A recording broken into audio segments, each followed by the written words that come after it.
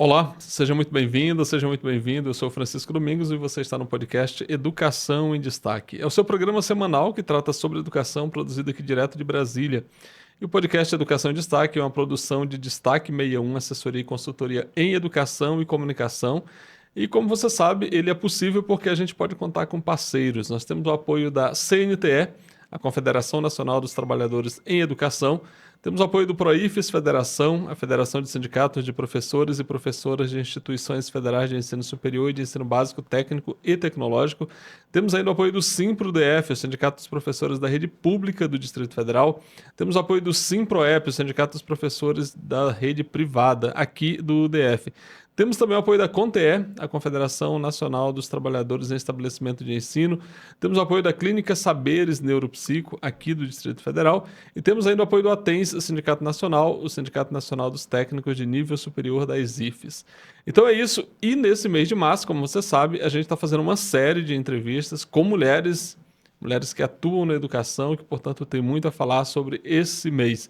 Nós começamos na semana passada entrevistando a presidenta da CNTE, professora Fátima Silva, e hoje a gente segue essa série, portanto, conversando com a diretora de Políticas para as Mulheres do SIMPRO-DF, a professora Berenice Dark. E a nossa conversa vai acontecer daqui a pouquinho, após a vinheta.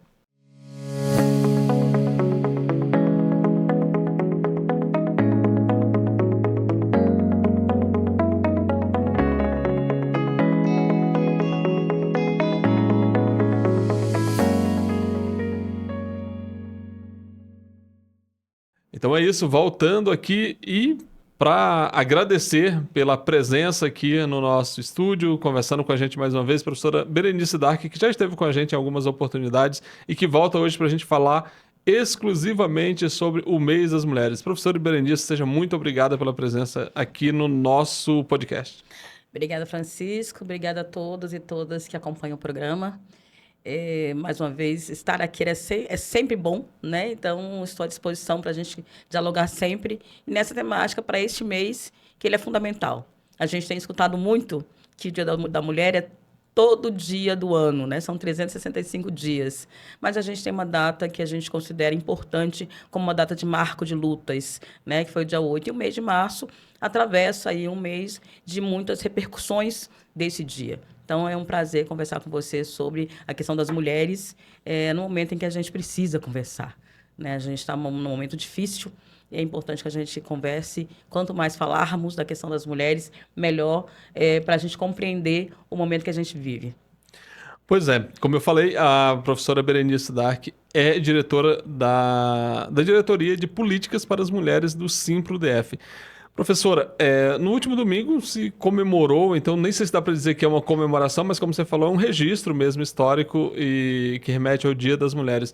Eu gostaria de saber como é que foi para o SIMPRO a celebração desse dia, qual a importância que o SIMPRO, que é um sindicato de professores, dá para esse Dia das Mulheres. Então, na verdade, assim, para a gente é mais um dia de luta, né? Eu acho é um dia de demonstrar a resistência que as mulheres vêm tendo na sua história, né? Não tem sido fácil para as mulheres ocuparem espaços de poder, espaços na sua própria casa, espaços que dê a ela a perspectiva de ser um ser humano e de ser tratada como um ser humano. E aí, para o SIMPRO, que tem uma categoria de 87% da categoria de mulheres, é fundamental que nesse dia a gente tenha uma ação, né? E aí, nós nos organizamos sempre, no dia 8, com um conjunto de mulheres, um conjunto de entidades que organiza esse dia. Então, a participação do SIMPRO foi fundamental e importante por isso. Faz um marco na nossa questão de gênero, né? Uma categoria com muitas mulheres, e também porque a gente acha importante fazer essa participação, que é um recorte na nossa luta, né? Nós temos hoje, cada vez mais, um processo recorrente de violência, e as mulheres professoras, as mulheres orientadoras não estão fora desse processo de violência. A gente acorda todos os dias com uma notícia de estupro ou de feminicídio, né? Tendo o feminicídio como a maior violência. Então, hoje no Brasil, Nos preocupa muito a quantidade de feminicídio que a gente tem observado, né? Os números estão alarmantes. Para a gente, esse é o momento daqueles que a gente considera, para a história das mulheres, um momento trágico, né? Porque você acordar com a história de mulheres sendo mortas por serem mulheres é muito triste. Então, para o Simpro, essa é uma perspectiva de luta também fundamental. A gente protege as mulheres, as meninas, e a gente protege a nossa categoria, que é majoritariamente feminina, né? Então, isso, para a gente, essa é uma luta que o Simpro não poderia ficar fora. Então, como você falou, aproximadamente ali, 87% da categoria que o Simpro representa é formada por mulheres. Nesse caso, a violência crescente aí contra as mulheres, a gente sabe, você falou do feminicídio e a cultura do estupro é um fato na sociedade, infelizmente. Então, nesse dia, então, no 8 de março, as ações de vocês, elas se apresentam como para dialogar com a mulher professora, com a mulher estudante, que ainda é uma menina, na maioria das vezes, mas que já precisa, de alguma forma, ser orientada na perspectiva de superar essa condição. Como é que se dá a atuação do sindicato, considerando essa condição da educadora e da mulher que está sendo educada? Bom, para a gente, assim, fazer o recorte de gênero, e aí nos remete a um debate mais profundo, acho. O Simpro hoje, a gente tem uma luta muito grande para a construção do nosso Plano Distrital de Educação, bem como o Plano Nacional de Educação. Dentro disso, nós achamos fundamental que a gente insira no nosso currículo o debate de gênero. Você sabe, você acompanhou o Plano Nacional, o quanto é difícil dialogar naquele congresso, com aquela organização, com aquela composição, a discussão de gênero. Então, para nós, no DF, também não é diferente. Nós temos ainda uma Câmara Legislativa extremamente conservadora. Toda vez que se debate gênero, a gente esbarra com o conservadorismo. Então, para nós, hoje, a educação ela tem um papel fundante nessa questão do debate, da desconstrução da violência, da construção de uma mulher protagonista. Então, para a gente é importante que a gente una o nosso debate o nosso tamanho e a participação das mulheres com um outro elemento que é a transformação do nosso currículo. O currículo precisa avançar. Ele precisa dialogar sobre as questões de gênero para exatamente dialogar sobre como transformar esse mundo que a gente vive, em que o patriarcado, que o machismo impera. É uma cultura dominante. Então, nós precisamos transformar isso. E o Simpro, com essa preocupação, tanto a política educacional quanto a política de mulheres, a gente vem fazendo um diálogo que, para nós, é fundamental, que é este. De como construir um currículo que possa avançar para a gente desconstruir essa cultura machista. E no DF a gente tem uma coisa boa, que é o nosso currículo em movimento. Um currículo pensado, inclusive, para que a gente possa avançar sobre essas ações. Mas nós temos o nosso PDE, que ainda está parado nesse processo de construção. Então, fazer no dia 8 uma ação, lembrando que as mulheres aqui estão e vão lutar pela vida das outras, né? Porque nós temos um mote importante que é não matem as mulheres, parem de nos matar. E quando a educação se envolve nisso, ela repercute porque a gente chega até as meninas, a gente chega até as mães das meninas e a gente chega até os companheiros também. A educação de jovens e adultos, por exemplo, os adolescentes de ensino médio, a gente tem buscado levar essa cultura na desconstrução do patriarcado e do machismo. Né? Isso muito através dos nossos projetos da escola. A gente hoje tem o Maria da Penha Vai às Escolas, que é essa ideia de desconstruir a violência, né, contra as mulheres e de divulgar cada vez mais uma lei que é tão fundamental para as mulheres. Né? Então, o papel do Simpro é um papel formador na sua categoria e que essa formação chegue até os estudantes, para que a gente possa vencer uma cultura de que matar mulher é uma coisa qualquer, né? Como ir à padaria comprar pão, vou ali matar uma mulher. Essa semana a gente viu uma coisa que, para mim, ficou extremamente marcada para a semana, que foi um homem que matou a mulher, botou no carro, foi até a delegacia, se apresentou e disse, olha, minha mulher está lá no carro morta. Eu matei porque ela estava me traindo. Eles estavam separados há algum tempo, mas mesmo assim o sentimento de posse que existe, ele é muito grande. Nós precisamos desconstruir isso. E a escola tem um papel importante nisso. Né? A construção de um currículo que possa mudar essa realidade está em nossas mãos, da educação. Pois é, essa é uma pauta do Simpra, evidentemente, mas de que forma que o governo aqui do Distrito Federal, o GDF, como é que ele lida, como é que ele se apresenta para esse enfrentamento à violência contra as mulheres? Porque, afinal de contas, é uma política que precisa ser discutida na escola também, mas não só, né? Porque a gente sabe que a violência está em todos os espaços. Como é que o governo, porque daí não só como ação do sindicato, mas como ação de governo, tem se apresentado para esse debate no ambiente da escola? A gente está é um debate esse bem complexo, porque nós temos hoje no Distrito Federal uma ausência de governo, né? Vamos combinar que nós temos uma ausência de governo e a ausência de governo ela está colocada também para esse debate. Enquanto nós temos o governo federal com um pacto nacional de combate ao feminicídio, juntando os 3 entes mais importantes, legislativo, executivo e judiciário, quando a gente tem vários programas sendo lançados na área federal para combater estupro, o Disque 180 muito forte, né? O pacto, eu sempre faço questão de falar do pacto antifeminicídio, porque é um pacto muito forte. Então, quando a gente tem essas políticas acontecendo no governo federal, a gente tem no Distrito Federal uma ausência disso. Né? Então, a gente não percebe no Distrito Federal esse encaminhamento que está acontecendo na área federal. E a gente, claro, com essa crise do Banco Master, né, o governador ausente das suas competências, e a gente percebe que isso é óbvio, chegado até as políticas públicas que evitam que as mulheres morram e que acolham as mulheres no momento que elas precisam, né? Quando a mulher está no processo de violência, Francisca, ela precisa que ter o acompanhamento. Então, uma casa-abrigo, a Casa das Mulheres, são espaços muito fundamentais para as mulheres. E que no Distrito Federal a gente tem visto esses instrumentos, essas redes de proteção à mulher sendo esvaziadas por uma ausência de governo, por uma ausência de Estado.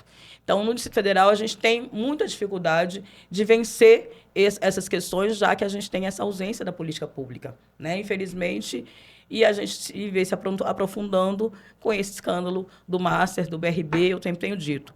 Quem mais precisa do Estado é quem mais tem sofrido hoje a ausência de Estado, né? E as mulheres estão neste espaço. E aí, com recorte, que eu acho que é importante dar às mulheres negras e às mulheres da periferia. Então, infelizmente, a gente tem uma ausência de Estado grande, né? As casas da mulher brasileira no DF não estão funcionando. A gente hoje nós temos hoje o Distrito Federal como um dos espaços da federação que mais matam mulheres. Né? Quando eu digo matam, porque quando a ausência de Estado, a morte da mulher, a consequência dela é para o Estado. Então, são 28 mulheres no ano passado, são 3 mulheres até agora, 4, aliás, né? Com essa agora dessa semana, 4 mulheres. Se a gente tem 4 mulheres no mês de março, você imagina que o número vai ser maior que do ano passado. Então, é a ausência de Estado. Né? E, infelizmente, o governo federal não tem dado a devida importância à questão da luta das mulheres e do enfrentamento da violência. Pois professora, eu vou resgatar uma fala sua da pergunta anterior, que diz respeito ao Congresso Nacional, aquele espaço ali que a gente conhece e que sabe da dificuldade que é para debater algumas questões que dizem respeito mesmo à vida das mulheres. E no debate todo sobre o Plano Nacional de Educação, uma coisa que praticamente ficou fora foi a discussão de gênero. Não se pode falar de gênero porque, seja ali hoje no Congresso, para parte dos parlamentares, se você falar de gênero alimentício, eles já estão confundindo com um debate de gênero ali entre homens e mulheres, e sempre nessa perspectiva de colocar as mulheres em segundo plano mesmo. Como é que é possível a gente construir uma sociedade mais igualitário desse ponto de vista mesmo da relação homem e mulher, sendo que no Congresso, que é um espaço ali de representação da maioria do povo brasileiro, a gente não tem abertura para fazer essa discussão? Esse é um debate grandioso, gigante, né? É isso, hoje nós temos um Congresso conservador. Quando você olha as pautas do Congresso Nacional, são pautas que atingem diretamente os trabalhadores, a classe trabalhadora. Nenhuma lei passa que seja de benefício da classe trabalhadora. A gente está aí agora na questão da 5.2, né, do fim da escala 6.1, que para as mulheres é um avanço. Um avanço. Porque se você pensa que as mulheres têm dupla, tripla jornada, se elas têm um dia a mais para ficar em casa, elas têm um dia a mais, e a gente queria que fosse para descansar, tá? Queria que fosse para descansar, para estudar, como diz o presidente Lula, mas a gente sabe que o que vai ser mais trabalho. Mas um dia a mais em casa é um dia a mais para a mulher se dedicar, inclusive, aos seus filhos e suas filhas, né? E é óbvio que também para os homens um dia a mais é muito importante. Quando a gente vê o Congresso Nacional com esse conservadorismo que você coloca, de não poder falar de gênero, esse debate atravessa um processo de misoginia muito grande, de transfobia, de lesbofobia, né, de homofobia. Então, é um Congresso Nacional extremamente conservador, de extrema-direita, mas que a consequência dele estar lá é a consequência do nosso voto. Eu sempre também digo que a gente não pode deixar de lembrar que o nosso voto que repercute quem está no Congresso Nacional, quem deixa de estar. Então é importante que as mulheres, que os homens que são mais avançados na perspectiva de pensamento votem diferente. A gente precisa mudar a correlação de força no Congresso Nacional. Senão a gente não faz mudar lei. O Congresso Nacional, quando avaliou o Plano Nacional de Educação, várias questões passaram que eram muito importantes para a escola, para a educação no Brasil, mas muitas permaneceram. Toda vez que, é isso que você fala, toda vez que se discute gênero, se discute uma perspectiva na visão conservadora de avanço sobre a possibilidade de ter mais gays, mais lésbicas, e eu vou usar os termos que eles usam mesmo, mais lésbicas, mais gays na escola. É absurdo isso. A gente forma todos os dias para a gente ter cidadão e cidadã que pensem a sociedade de forma mais igualitária, mais plural, né? E a gente sabe que o Congresso Nacional tem uma visão totalmente diferenciada disso. Quanto mais conservador, quanto mais... enfim, hoje a gente tem bancadas da bala, da Bíblia, do boi, e que não estão preocupados com o futuro de uma nação plural ou diversa. Estão preocupados com outros interesses que não são esses. Né? Então, a gente precisa mudar a relação que tem no Congresso Nacional. E só se muda através do voto. A gente está no ano ímpar, né? Um ano dessa mudança. Espero que as mulheres olhem para quem votam, né? Que os trabalhadores, a classe trabalhadora, reflita sobre o seu voto, porque a transformação, o que o Congresso Nacional faz aos trabalhadores e às mulheres é reflexo também do nosso voto. Professora, há 2 semanas o Brasil, assim, foi impactado, eu diria até, com aquela notícia daquele estupro coletivo que aconteceu no Rio de Janeiro. Uma menina, uma estudante de 17 anos, foi encontrar com o seu namorado e aí o cara tinha organizado ali com os amigos dele para entrarem no quarto e aí aconteceu aquela cena, a cena absurda que foi noticiada. Bom, aquela menina de 17 anos, quando ela saiu daquele ambiente de horror, ela liga para o irmão e fala que acha que foi estuprada. Ela sequer tinha consciência plena do que havia acontecido ali. Como é possível fazer para que a sociedade assuma a responsabilidade por cuidar das suas meninas e mulheres? Essa coisa do estupro a cada 6 minutos uma menina é estuprada ou uma mulher é estuprada no Brasil. Quando ela sai e diz que ela acha que foi estuprada, ela tinha medo até de dizer que foi estuprada. Ela tinha medo porque ela falou com o irmão, inclusive, que era um outro homem, né? Então, ela teve medo de dizer, eu fui estuprada. Porque a prova do estupro, Francisco, para uma mulher não é fácil. Ela tem que provar. Ela sofre violência, uma violência que é extrema. Quer dizer, mais de 4 garotos a estupraram e ela acha que foi. Mas por que ela acha que foi? Porque não é fácil provar o estupro. Ela tem que provar. Né? Você imagina, ela estava no quarto com 4 garotos que programaram e organizaram o estupro dela, mas ela que tem que provar que foi estuprada. Então, isso para uma mulher é muito difícil. Ela tem que passar por métodos, e hoje, mais tranquilos. Mas ela tem que passar por um hospital em que, às vezes, ela é violentada mais uma vez. Porque é olhado para ela que roupa que ela estava, se ela estava de mini saia, se ela tinha bebido. Então, isso é muito difícil. Assim, a mulher que sofre estupro, ela tem uma dificuldade enorme de provar isso. Porque ela tem o emocional já abatido, ela tem que passar por uma equipe de médicos, ela tem que passar por uma equipe da polícia, ela tem que ser exposta mais uma vez. Então, provar o estupro não é fácil. Então, dizer que foi estuprada é muito difícil. Às vezes é melhor não dizer. E uma equipe muitas vezes formada por homens, né? Uma equipe muitas vezes... Hoje o SUS já procura avançar sobre isso. Nós tivemos um avanço em relação às delegacias de mulheres, mas mesmo assim, às vezes a mulher atravessa um profissional que não está preparado e que olha para a roupa dela e olha e comenta, e olha com um olhar julgador e que ela se sente julgada. Então, não é fácil. O estupro é um procedimento é uma violência que ela é emocional, uma carga emocional extremamente além do físico, uma carga emocional grande, muito grande, que ela mexe com a mulher de todas as formas. E ainda tem que provar. Pois é, e depois de sumirem, ali a maioria deles, porque só o suposto namorado, né, já sumiu inicialmente, os outros sumiram, e aí quando apareceram, um deles aparece com uma camiseta escrita lá que ele não se arrepende. O que remete a esse movimento Red Pill, que a gente sabe que existe na internet. Então, isso torna as coisas mais complexas, né? Como lidar com essa realidade que a gente tem? Até que ponto a escola ela dá conta de lidar com isso, de formar essa menina e formar esse menino para lidar com esse ambiente, sendo que você tem muitas camadas de destruição mesmo da imagem da mulher, e a internet acaba que se tornou um espaço ali privilegiado, sobretudo o submundo da internet, né, para a proliferação desse tipo de discurso de ódio contra as mulheres.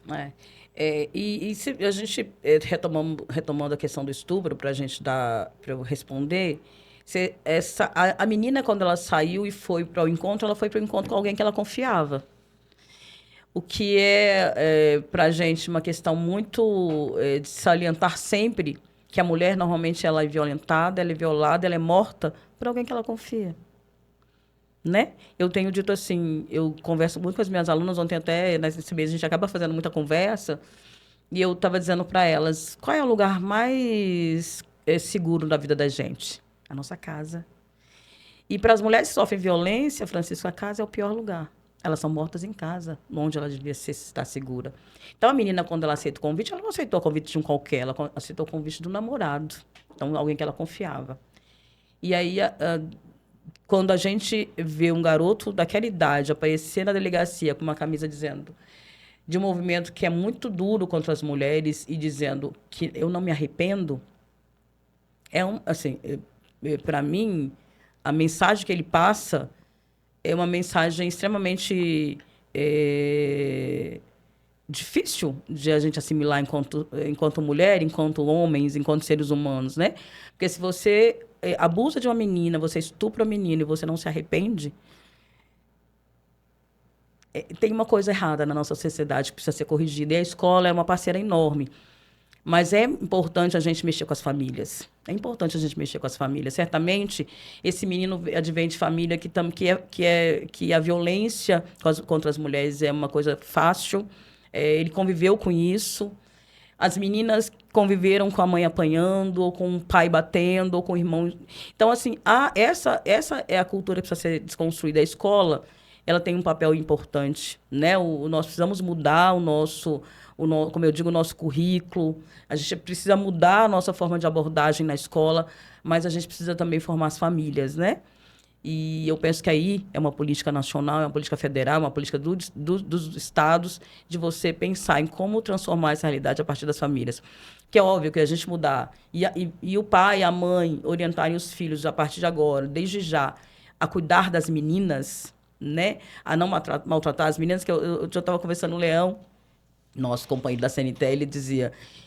às vezes o menino puxa o cabelo da menina na escola e todo mundo acha bonitinho, ou na festinha do aniversário, todo mundo acha bonitinho, né? Mas como isso representa no futuro um processo de violência, e naquele momento um processo de violência, mas para o futuro, principalmente um homem que vai achar bonitinho continuar fazendo uma violência como essa. Então nós precisamos educar os nossos filhos de forma diferente. Por que os meninos têm o processo da liberdade total de ir para o campo de futebol, de jogar livre, e as meninas não podem? Elas têm que ficar em casa cuidando das bonecas, não é? Então, esse processo de educação ele precisa ser transformado no nosso país e no mundo. As meninas não podem ser educadas para ser do espaço interno da casa. Elas precisam ser mulheres que vão ser pilotos de avião, como nós já temos hoje, que vão ser mulheres que serão donas da sua vida. Né? E o mundo tem medo das mulheres, né? O mundo das mulheres, que as mulheres são danadas mesmo. Mas isso precisa mudar. E muda na escola, mas a gente precisa ter campanhas e precisa ter processo educativo. Porque a gente tem adulto fazendo isso, que não está mais na escola. Temos que mudar os nossos meninos, as nossas meninas, mas precisamos mudar essa cultura do estupro. Esse movimento, eles por elas, é muito bacana. É muito bacana. E a gente precisa dar repercussão a isso, né? A gente precisa que isso chegue a todas as pessoas, a todos os homens, porque também não se faz a mudança, a transformação de uma sociedade igualitária sem os homens no processo, né? Então, é importante que a gente tente mudar e as campanhas ajudam e o processo de construção na escola ajuda, mas a gente vai precisar ter muito, muito, muito espaço de reconstrução, porque é uma cultura. E a cultura não se transforma de um dia para a noite, né? Então, isso é a expressão no nosso dia a dia. Precisamos continuar mudando, continuar lutando pelas mudanças. Então, esse ponto aqui, a professora Berenice faz referência, acho que é muito importante a gente deixar bem claro que o movimento, eles por elas, é exatamente os homens se colocando nesse lugar mesmo de fazer o enfrentamento. Porque não dá para esperar que seja uma luta só das mulheres. A gente precisa transformar a sociedade. Por exemplo, eu sou pai e eu sou esposo, então eu preciso me preocupar com a segurança da minha filha, a segurança da minha esposa, preciso educar o meu filho na direção de que ele não seja violento na relação com as mulheres. Então, por isso é uma luta nossa, tá? Você que está nos acompanhando aí também saiba que essa é uma luta nossa, a luta dos homens na relação com as mulheres. E por falar nisso e dessas formas todas de violência, a gente tem um termo que está chegando agora, embora ele traduza algo que já aconteceu no passado, é lógico, que é a questão da violência vicária, que é o absurdo dos absurdos todos, que é quando acontece, e a gente tem esse exemplo, para você que está nos acompanhando aí, talvez saiba do caso lá de Itumbiara, onde um secretário da prefeitura municipal se achou no direito de matar os filhos, claro que depois ele tirou a própria vida também, como uma forma de impor um sofrimento absurdo para a vida toda ali, para a mãe daquelas crianças, ex-companheira dele. Então, fala pra gente como é que vocês discutem isso, como é que vocês têm acompanhado essas notícias, que me parece que aí chegou assim num ponto que eu não sei se é possível ficar pior do que isso, que é a tal da violência vicária. Então, a violência é um troço que é isso, ela vai se aprofundando, né? Assim, o que me passa às vezes é que tem um movimento também de construir a violência para que ela fique mais forte, e o Red Pill ajuda muito nisso. Como você pode violentar a mulher para que ela sofra mais e mais e mais. E olha, filho, eu não tenho filhos, mas dizem que perder filho é como perder parte de você. Então, se eu não te mato, mas eu tiro o que você, parte de você. Eu te deixo tão mal, tão para baixo, eu tiro seus filhos. E ele não mece o filho dele, né? Você vê assim, ele se mata, ok, mas ele primeiro ele faz ela sofrer. Ele sabe que o sofrimento dela vai ser grande. Então, essa questão da violência vicária, ela tem sido um processo, eu penso, de embrutecimento da violência, se é possível, né? Uma violência mais violenta ainda. Porque você não tira a vida da mulher, mas você tira tudo que ela tem. Você tira tudo que ela tem. Eu sempre digo que o feminicídio é o extremo da violência, né? Acaba ali uma vida. E acaba uma família. Que é quando, como essa história de Planaltina, se a mulher morreu, né? Ele matou a esposa e ele se entrega na delegacia, quem vai cuidar dos filhos? São 3 crianças que vão ficar sem pai e sem mãe. Mas para a mulher perder os filhos, penso eu que muitas vezes é pior que perder a vida. Então, é uma violência extrema, brutal. Então, é uma forma de fazer sofrer. E eu penso que tem este movimento, além do movimento Red Pill, tem outros movimentos de como fazer as mulheres sofrerem. Que é essa perspectiva mesmo de que a mulher é inferior ao homem e que ela deve sofrer por isso. Né? E que ela que ouse sair da caixinha, porque ela vai sofrer. Então, e normalmente é isso, né? São ex, né? Nunca muitas vezes nem é atual, mas muitas vezes é ex. Por quê? Porque ela não é mais minha. A minha posse, né? Ela não é mais minha posse. Agora ela saiu da minha posse. Então, esse movimento de embrutecimento da violência, se é possível dizer assim, ele tem nos deixado preocupadas, porque tirar a vida da mulher é um seu extremo, mas tirar a vida dos seus filhos é a dor em vida. É a dor em vida. Então, é muito grave esse processo de violência que vem acontecendo com as mulheres e se sofisticando, vamos dizer assim. Né? Então, a gente, é óbvio, nós estamos cada vez mais estudando o processo de violência, resgatar a Lei Maria da Penha, ele é fundamental, trazer para a escola, e é por isso que a gente tem o Simpro, está acompanhando as universidades que estão fazendo o Maria da Penha vai às escolas, o Simpro tem a sua ação de Maria da Penha vai às escolas, para a gente poder ir construindo isso com os nossos estudantes. Se essa cultura da violência contra as mulheres tem se sofisticado, em crime, em situações como essa, a gente precisa mudar essa realidade, né? Eu tenho dito, a gente não faz sozinha, mas a escola ela tem um papel importante, um papel fundamental, e nós vamos fazer isso enquanto sindicato, fazer essa provocação na sociedade. É preciso mudar essa realidade, é preciso mudar a história de violência que as mulheres sofrem, né? Eu sou professora de educação de jovens e adultos, né? Estou na escola e eu ouço as minhas alunas. E várias delas, vez ou outra, vêm nos procurar. E as formas de violência são as mais diversas. Quando o homem não compreender, por exemplo, que o não é não, e que o não, mesmo estando casado, estando junto, estando parceiro, o sexo, quando pede-se o sexo, ela diz não, e que não é não, e que se não é não é estupro, a gente também não muda as realidades. Então, tem formas de violências as mais sutis, né? Tem a violência, tem uma assédio moral, que a gente está lutando muito aí, eu quero entrar já em outra pauta, já na Convenção 190, que a gente está brigando muito, o tal do Congresso Nacional, aquele que a gente vai mudar, não tem possibilitado que o governo Lula sancione, né? Que o governo Lula assuma a 190, que é exatamente o ambiente seguro do trabalho, livre do assédio moral e sexual que as mulheres sofrem. Hoje a gente tem várias leis tão importantes, salário igual, para trabalho igual, mas nós temos ainda muito sofrimento no ambiente de trabalho, muito sofrimento. E é no serviço público, é no serviço privado, as mulheres sofrem o tempo todo de assédio, seja ele moral, seja ele sexual. Se a mulher é boa no que faz, ela é assediada porque ela não pode ser tão boa assim, não pode ser melhor que eu, né? Porque a mulher não tem a capacidade de ser melhor que eu. Então ela sofre o assédio ali. E ela muitas vezes sofre o assédio sexual. E o mundo do trabalho é o nosso segundo mundo, né? Depois da nossa casa. Então a gente está com um problema de segurança em casa, um problema de segurança no trabalho. Então isso precisa ser resolvido, né? E a Convenção 190 é uma forma da gente, a ratificação dela é uma forma da gente ficar livre desse processo, pelo menos tentar ficar livre do processo de assédio no trabalho. Eu já entrei noutra seara. A gente está encaminhando aqui para o final da nossa conversa, que eu acho que está sendo muito esclarecedora para você que está nos acompanhando aí. Por isso, já te peço, se não é inscrito ou inscrito no canal, aproveita e se inscreve agora. Compartilha o link desse programa aí nas suas redes sociais, sobretudo nos grupos de WhatsApp, para que mais gente possa tomar conhecimento aí do que a gente está discutindo por aqui. Então é isso, se inscreve no canal, curte esse vídeo e compartilha o link do programa. Professora, eu vou terminar com essa questão, é que há 2 semanas, aquele julgamento dos mandantes do assassinato brutal da vereadora Marielle Franco no Rio, a ministra Carmen Lúcia, única mulher no Supremo, diga-se, e participando ali daquele julgamento, ela se dirigiu para a família, sobretudo para a mãe da vereadora Marielle, e falou que nem ela, ministra do Supremo, se sente segura em relação à violência que acontece contra as mulheres.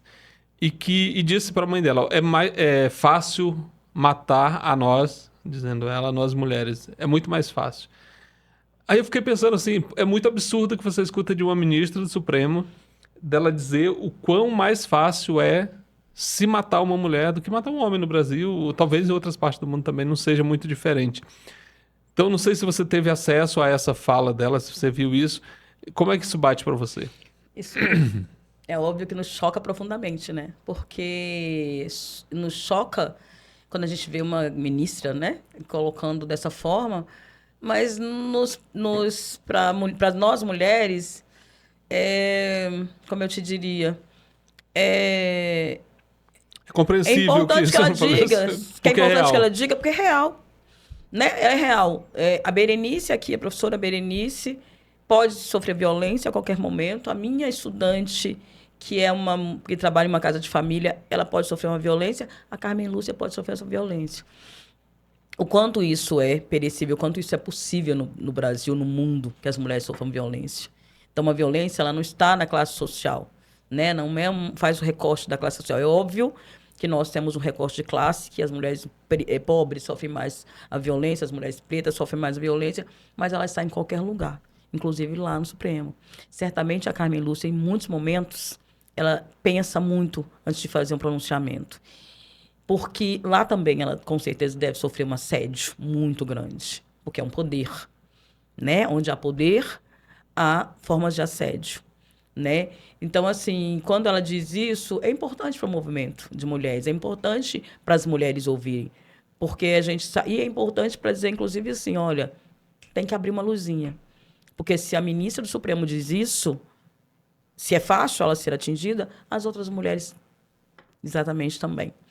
Então, isso é importante porque apresenta a fragilidade que as mulheres têm no mundo do trabalho, num país como o nosso, num estado como o nosso, né, no Distrito Federal, a gente não está livre da violência.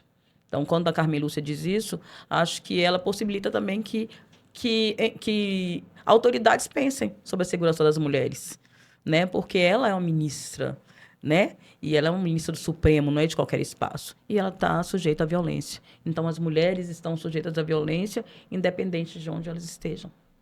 Acho que é uma mensagem que é importante. Muito bem. Então, Berenice, eu gostaria de te agradecer pela conversa de hoje. Assim, muito, muito obrigado. Acho que a gente trouxe aqui questões muito importantes para que se reflita ao longo desse mês, né? Na verdade, refletir sempre, mas ao longo desse mês a gente concentra aqui a nossa discussão toda nessa pauta aí sobre as mulheres. Então, muito obrigado mais uma vez pela presença aqui com a gente. Então, na verdade, e assim, eu quero me despedir também, que eu sou muito otimista, né? Eu quero me despedir também dizendo que é óbvio que é um meio de reflexão, a gente tem hoje muitas reflexões negativas a fazer, mas a gente também tem muito processo de bom para construir, né? A gente tem feito, ligado nas mulheres, colocado nas mulheres, essa perspectiva de que é possível, que ela realmente pode estar onde ela quer estar, que ela pode fazer mais, que ela tem os direitos, né? A gente tem atravessado momentos difíceis, mas a gente tem vencido. Acho que ter políticas para as mulheres hoje, pensada para as mulheres, é importante. Nós acabamos de sair de uma conferência de mulheres em que nós tivemos 5.000 participantes. Dessas 5.000, nós tivemos mais de 2.000 participantes de conferências livres, né, de movimentos livres. Então, essa conferência está traduzindo num plano nacional que vai pensar política para as mulheres, né? Esse plano vai estruturar as políticas para as mulheres. Então, a gente tem ainda muita coisa... Em novembro, a gente teve a Marcha das Mulheres Negras, foi incrível, né? A Marcha das Mulheres Negras, que foi maravilhosa, né? Eu tive aqui, então, para a gente falar sobre isso. Acho que a gente tem muita coisa acontecendo, né? Acho que diferente de um tempo atrás, quando nós brigamos pelo voto, muito em silêncio, fizemos um movimento muito silencioso pelo voto. Outros momentos em que a gente fez movimentos que não tinham a repercussão que tem, como tem hoje, como a Carmen Lúcia dizer que ela também sofre violência, que pode sofrer violência, a gente tem hoje as mulheres mais abertas para esse debate, né? As mulheres mais abertas para a ideia de que elas podem, né? Que elas devem. Né? Se elas quiserem, elas podem tudo. Podem estar em espaço legislativo, judiciário, podem ser presidentas da República. Né? Então, isso é importante. Então, eu sou muito otimista. Acho que a gente está na luta, está no caminho certo. E, de uma forma muito especial, a gente está unida. Nós estamos unidas, né? Estamos todas unidas para que não nos matem, né? Para que também nos deem mais espaços. Então, isso é importante. Acho que a gente ter este movimento grande na rede de mulheres que discuta, que dialoga, que construam políticas. E a gente tem o Ministério da Mulher, a gente tem conselhos da mulher pelo Brasil inteiro, pensando política para as mulheres. Então, isso é importante. A gente está num governo democrático e popular que a gente tem espaço para isso. E aí eu não queria terminar, mas eu não queria deixar de falar também sobre sobre a questão internacional. Nós hoje estamos, eu acho que o que aconteceu naquela escola de meninas é uma reflexão para o mundo. Lá no Irã, Lá no Irã, como a gente pode pensar essa realidade das guerras que nunca são santas e nunca são para o bem. Né? Elas são para vender muito poder bélico, mas também para fazer a erradicação de uma parte importante de populações. Né? E as mulheres estão nessa parte. Porque quando a guerra acontece, sofrem as mulheres. Quando a guerra acontece, sofrem as meninas. Quando a guerra acontece, sofrem a parte da população mais frágil, que são as mulheres. Eu acho que a gente não pode deixar de falar dessa solidariedade internacional com as mulheres do Irã, né, as mulheres palestinas e as mulheres cubanas, venezuelanas, colombianas. Nós precisamos ter este olhar, porque senão também as mulheres, não dá para a gente ficar olhando só para o nosso umbigo. A gente precisa olhar para essa perspectiva internacional e para esse sofrimento que tem acontecido via imperialismo americano. Então, é um pouco isso. Muito obrigada. Com essa mensagem aí otimista, apesar de tudo, a gente encerra o nosso programa de hoje Convido você mais uma vez a compartilhar o link desse programa nas suas redes sociais, sobretudo nos grupos de WhatsApp. Agradeço mais uma vez a Berenice que veio aqui conversar com a gente. Agradeço ao Simpro, Sindicato dos Professores da Rede Pública aqui do Distrito Federal, onde a Berenice é diretora, atua por lá, levando essa pauta tão importante que é a pauta da emancipação das mulheres para que a gente possa ter um país mais democrático, ao fim e ao cabo é disso também que se trata, né? Então é isso, muito obrigado para você que ficou com a gente aqui até agora e na próxima semana a gente se encontra. Então, um grande abraço, até lá, tchau, tchau.